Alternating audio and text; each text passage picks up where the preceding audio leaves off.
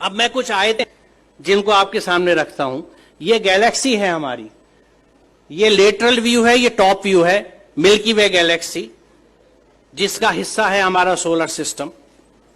ये उसका स्केच है, एग्जैक्ट पिक्चर नहीं है। इस गैलेक्सी के अगर आप डायमेंशंस देखें तो एक बाजू से दूसरे बाजू 1,00,000 नूरी साल यानी 1,00,000 लाइट ईयर्स का डिफरेंस है, डिस्टेंस है इस हिस्से से उस बाजू तक। लाइट ईयर क्या है? रोशनी 1 सेकंड में तकरीबन 1,86,000 मील या 3,00,000 किलोमीटर चलती है 1 सेकंड में।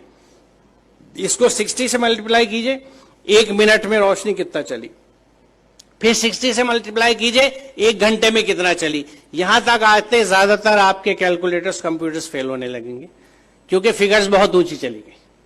अब आप इसको 1 घंटे में आपने टाइम निकाल लिया कि 1 घंटे में रोशनी ने कितना सफर तय किया, इसको 24 से जरब दीजिए तो 1 दिन में रोशनी कितनी चली, फिर 30 से जरब दीजिए 1 महीने में कितनी चली, फिर 12 से जरब दीजिए तो 1 साल में कितनी चली। It will be N astronomical figure. 1 साल में रोशनी जितना फासला तय करती है, जितना डिस्टेंस कवर करती है, उसको 1 लाइट ईयर या 1 नूरी साल कहा जाता है।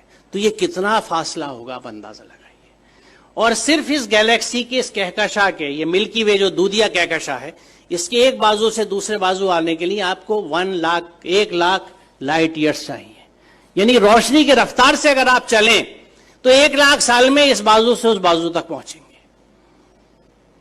यहां अजमत का एहसास होता है अल्लाह ताला की। और ये मिल्की वे जो एक गैलेक्सी है, ये ऐसी एक गैलेक्सी नहीं है, बल्कि there are millions and millions of these galaxies पूरी कायनात में। और इन गैलेक्सीज में है क्या साहब?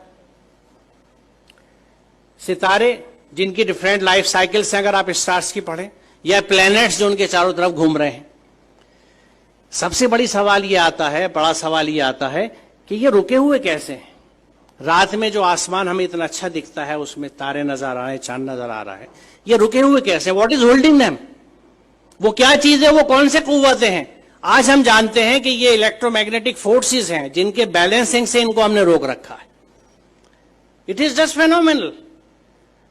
आप ये समझिए कि मैग्नेटिक फोर्स को कंट्रोल करने के लिए इस वक्त हमारे पास जो सबसे अच्छी एग्जाम्पल है, उदाहरण है, वो मैगलेव ट्रेन का है कि मैग्नेटिक लेविटेशन से रेल की पटरी से 6 इंच ऊपर ट्रेन रन करती है, जिसको मैगलेव ट्रेन कहते हैं।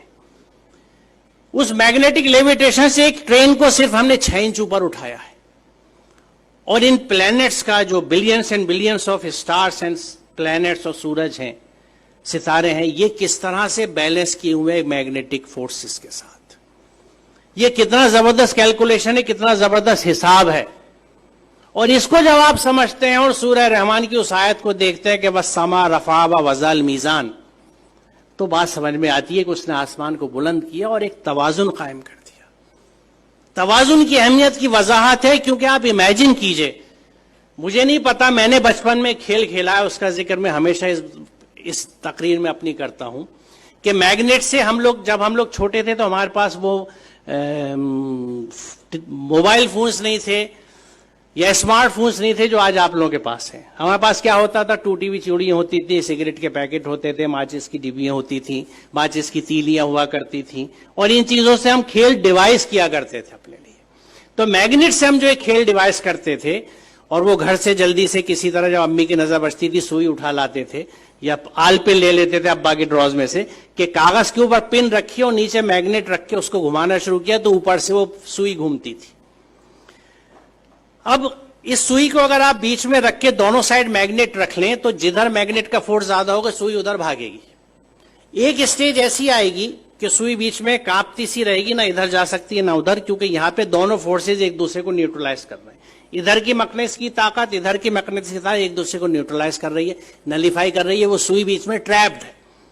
अब आप इसे इमेजिन कीजिए कि अगर आप ऐसे ही 2 मैग्नेट ऊपर नीचे रख लें और उस कागज को निकाल दें तो 4 मैग्नेट के बीच में हैंग कर जाएगी नीडल।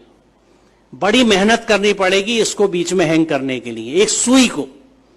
अब इमेजिन कीजिए इस यूनिवर्स को जिसमें कितने millions and billions of planets इसी मैग्नेटिक फोर्सेस के इंटरप्ले की वजह से, एक बैलेंस की वजह से हैंग कर रहे हैं।